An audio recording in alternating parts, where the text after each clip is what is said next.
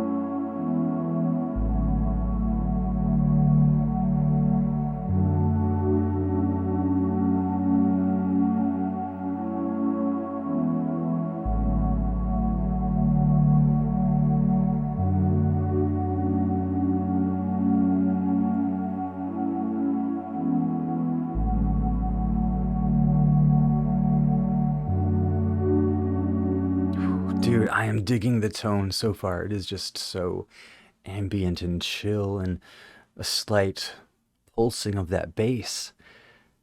It feels like we're in a world that is just waking up.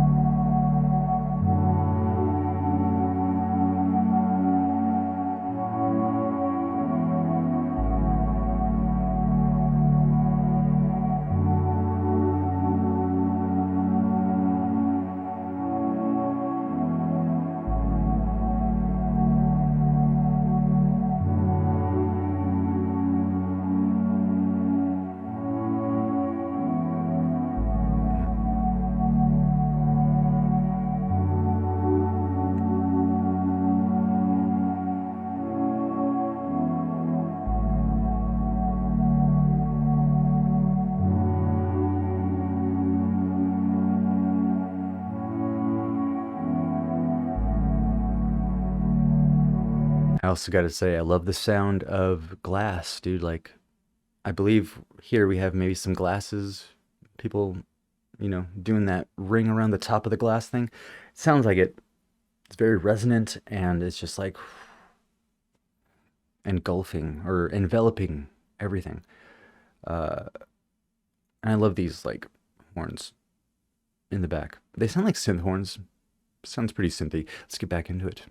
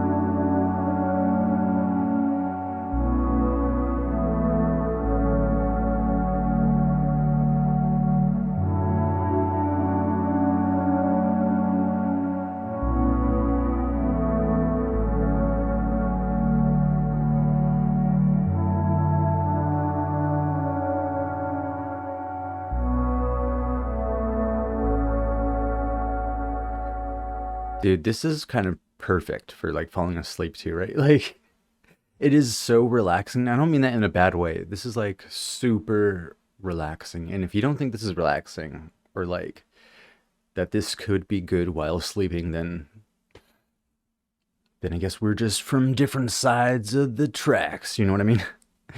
So I'm enjoying this very much though. Like it's a great experience, dude. I'm just so relaxed. What do you think? Dude, this is so different than anything Aphex Twin has released thus far. It is just so ambient. Wow, what was he going through during this time? And this was actually released 2 years ago, but no, released in '94. Okay, off of the album Selected Ambient Works Volume 2. Okay, so maybe we'll do a little bit of research. So let's bring up a page, dude. Yeah, this is from '94. Okay. Okay, maybe we'll read a little bit after we finish it up. Here, let's keep it going. Yo, what's up? Real quick, going over to patreon.com/JohnSlop for early access to all these videos you see on YouTube, plus so much more. Going over to twitch.tv/JohnSlopReacts where we react to music live, dude. So come on by, hang out with us. All right, so think about that. Let's get back into the video.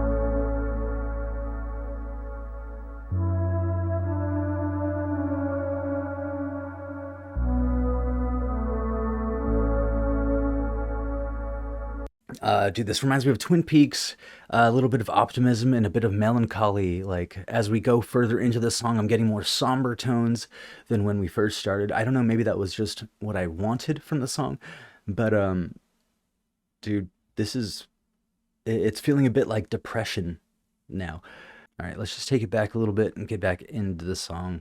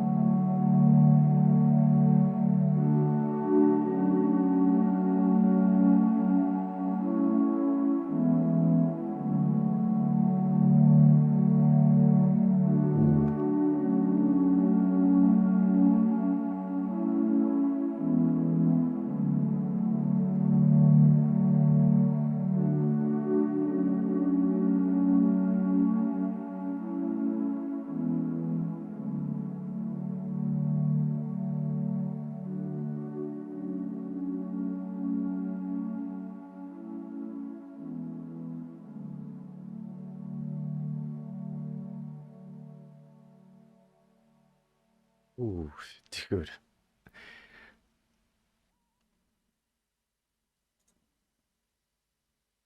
That was Aphex Twin with the song number 3, or as fans like to call it, Rhubarb. Wow, dude. Yeah. No, towards the end, that song started to really hit hard. Just the pulsing and just the long, drawn out notes, dude. It just really wanted us to sit in those emotions. And dude, this is a great song. Well, okay, it's technically a track, right? But it's great. I enjoyed it so much. Even though there were some moments where it felt okay. No, let me rephrase it. I enjoyed the song very much. Period. There were some moments where I felt there was some sadness amount. There was an amount of melancholy just seeping through, and I can't help but just feel so sad because of that. Like I know there's pain in art, and it just makes me think of what he must have been going through. This is almost as if like you're hearing somebody like crying. I don't know. That's just the emotion I get from this. Wow. Wow, fantastic. I didn't even expect this to be so long, dude. This was almost 8 minutes. It didn't feel like it, honestly. I was just in the moment, enjoying it. Wow. Thank you so much, Aloe. What an experience. Let's go and read a little bit about selected ambient works, dude. Oh, it's abbreviated SAW V2. Okay, so Selected Ambient Works Volume 2 is the second studio album by Aphex Twin, the pseudonym of British electronic musician Richard D. James. It was released by Warp in March 1994, billed as a follow-up to James's debut Selected Ambient Works 85 to 92. The album differs in sound by being largely beatless ambient music. James claimed that it was inspired by lucid dreaming and likened the music to standing in a power station on acid. Wow. Insanely put, Richard. Selected Ambient Works Volume 2 was not especially well received by critics upon release. It reached number 11 on the UK Albums Chart. Its stature has grown considerably in subsequent years, and it later placed on various best of the decade lists by publications such as The Rolling Stone, Spin, and Pitchfork. In 2016, Pitchfork picked Selected Ambient Works Volume 2 as the second greatest ambient album of all time, placing it only behind Brian Eno's Ambient 1, Music for Airports. Well, I'm thinking we're definitely going to check out Brian Eno's ambient works because we've already gotten into some of Brian Eno's vocal beatful work. Uh, so this is going to be really cool. This is a great journey. Holy crap. So I think we've actually checked out something from Selected Ambient Works 85 through 92. Let's actually check that track listing. See if I recognize anything. Huh. I actually don't recognize any of these names, but maybe we actually checked out something from Selected Ambient Works Volume 2. Let's check the track listing on this one, dude. Cliffs, Radiator, Rhubarb. So they're not actually named, dude, but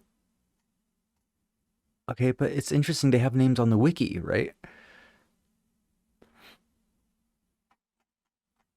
Okay, so we have Cliffs, Radiator, Rhubarb. Oh, these are the pictures. Okay, so these are the pictures that are associated with them. So let's read a little bit about the track listing. None of the tracks are given titles on the original release of the album, with each track instead represented by a photograph of the album's artwork. In the album's artwork, the titles on the digital releases of the album simply number the songs from 1 through 24. The track Blue Calyx was released prior to the album on a compilation from which the name is taken. Unofficial titles based on the photographs were popularized by a fan, Greg Eden, and are indicated below. Gotcha. So, thank you so much, Aloe, for giving us information. I just wanted to read, like, the full little story. The 2017 bonus track, TH1, Even Slower, is known from its digital release as Radiator. It was officially named... Let me reread that sentence. The 2017 bonus track, TH1, Even Slower, is known from its digital release, and Radiator was officially named on Warp's Peel Session 2. Okay, so that's like two sentences in one, pretty much. Yeah, we have Cliffs, Radiator, Rhubarb, Hanky, Grass, Mold, Curtains, Blur, Weathered Stone, Tree, Domino, White, Blur, Blue Calyx, Parallel Stripes, Shiny Metal Rods, Gray Stripe, Z-Wig, Windowsill, Hexagon, Lichen, Spots, Tassels, White, Blur, 2, Matchsticks. Interesting, dude. So, what did y'all think of this track? Let me know where else to go in terms of Aphex Twin, and make sure you hit that like button and subscribe, alright? That would really help me out.